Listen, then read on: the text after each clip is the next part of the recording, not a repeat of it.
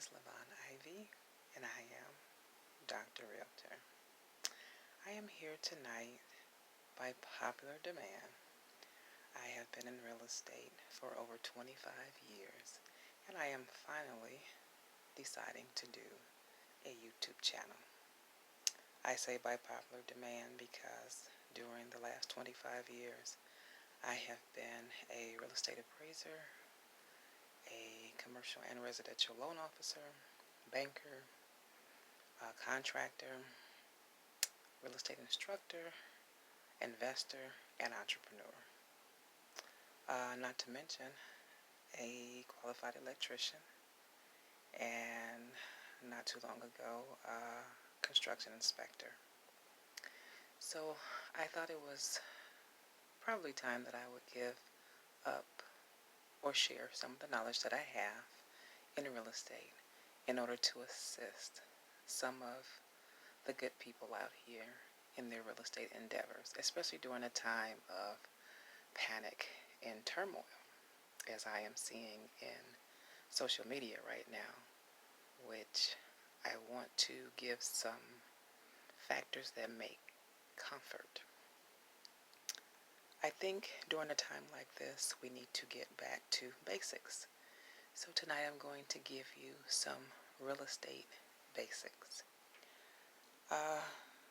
First of all, I want to define real estate. And when I say basics, I mean basics.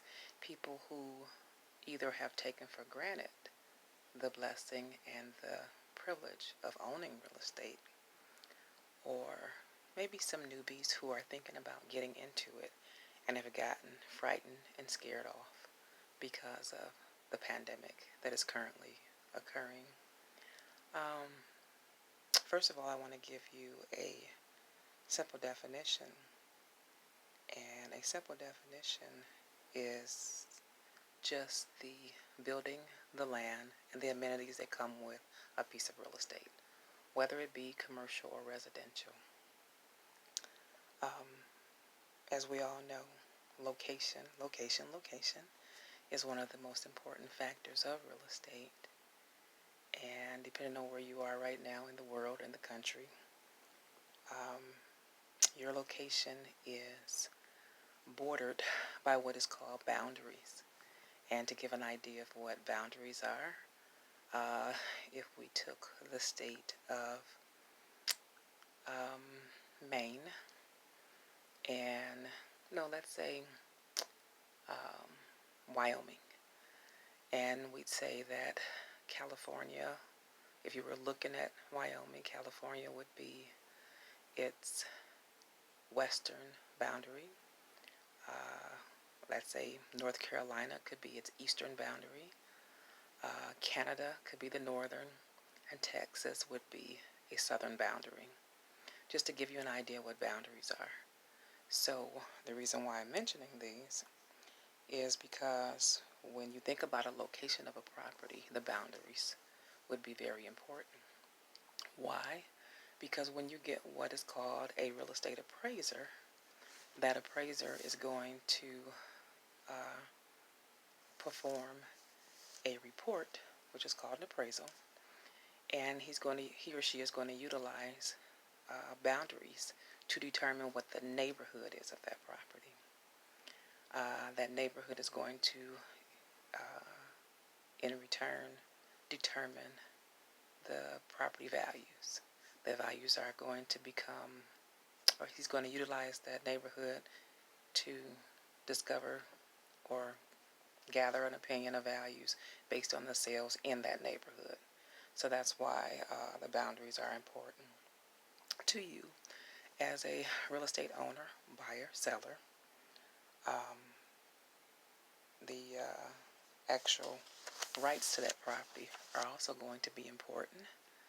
And I mentioned those tonight because I'm watching the pandemic and all of the videos and anxiety that is going on with some of the owners, sellers, investors, forgetting some of the important parts of real estate, which I absolutely love and have a passion for. and they are the 7 rights to a property. You have a right to sell it, you have a right to lease it, to utilize it for quiet enjoyment, to give it away, to exclude all other rights by just having privacy, the right to possess it, or do nothing at all. And sometimes we have, especially during this current time, we have forgotten how important those rights are. Because although we may have planned to sail during a time like this, we may want to switch up and pull another card on one of our other rights to basically lease it instead of selling it. Rents are guaranteed by Section 8. There seems to be a lot of bad stereotyping with the Section 8 housing, which is also called Housing Voucher Program, which I believe I found to be excellent. I was a Section 8 landlord for years, and I absolutely enjoyed that time period of my life of having guaranteed rents come in. So that is my suggestion to you as an investor or a property owner that is afraid during this pandemic that you're not going to get rents, that you might want to try screening some really good Section 8 tenants, because there are some really good Section 8 tenants out here. And the Section 8 program is an excellent program. Regardless of the stereotypes, like I said, that are going around and horror stories, I'm not saying that you won't, that it's impossible to get a bad tenant, but I think the ratio or the statistics are pretty much the same of not screening any regular tenant. And just because you are in a certain neighborhood or demographic area, please don't think that you can't get a working Section 8 tenant, because there are some who, for whatever reason, have not been able to get above certain poverty levels and have the required individuals that qualify them for Section 8 assistance. So that was something else that I wanted to make a comment on. Don't forget to like the video or subscribe. But I mentioned the rights just to bring that part up, that I think hopefully it'll give someone comfort in thinking outside of that one right that you were utilizing, or one right that you planned on utilizing your real estate for, and to go back into your drawer of 7 rights and pull another one of the rights out and utilize that one. As I said, you may not be able to sell it right away, but you can definitely rent it or lease it, or lease option it at a time like this, because there are going to be plenty of individuals who are going to need the opportunity to rent, to lease option, to subject to the mortgage, if you are one of the individuals who are not able to make monthly mortgage payments, or find yourself in a situation where you can't sell it. So those are just some of the options that are available to you in utilizing your other rights to the property outside of just being able to sell it at a time like this. The next subject I wanted to talk about was the highest and best use of a property, which goes right into what I was just talking about. You may have had intentions on utilizing a single-family residence as a single-family residence and just maybe flipping it or rehabbing it and selling it.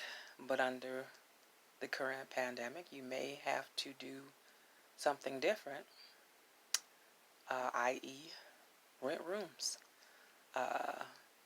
The Airbnb situation may not be popular right now because no one is traveling, but I am up in age, and I remember a time when we rented rooms, when we did emergency shelters in times like this, and those who have been displaced or have lost earnings and not able to afford a certain amount of rent or mortgage, downsized, and went into rooming homes. So you may be able to turn a single family residence into a rooming home, or an Airbnb into a rooming home. As I said, go back into your uh, bag of rights and utilize your rights of ownership in different ways. Um, and like I said, the option to lease option the property out to someone who would not normally be able to qualify for a traditional conventional mortgage is another option that you may be able to utilize.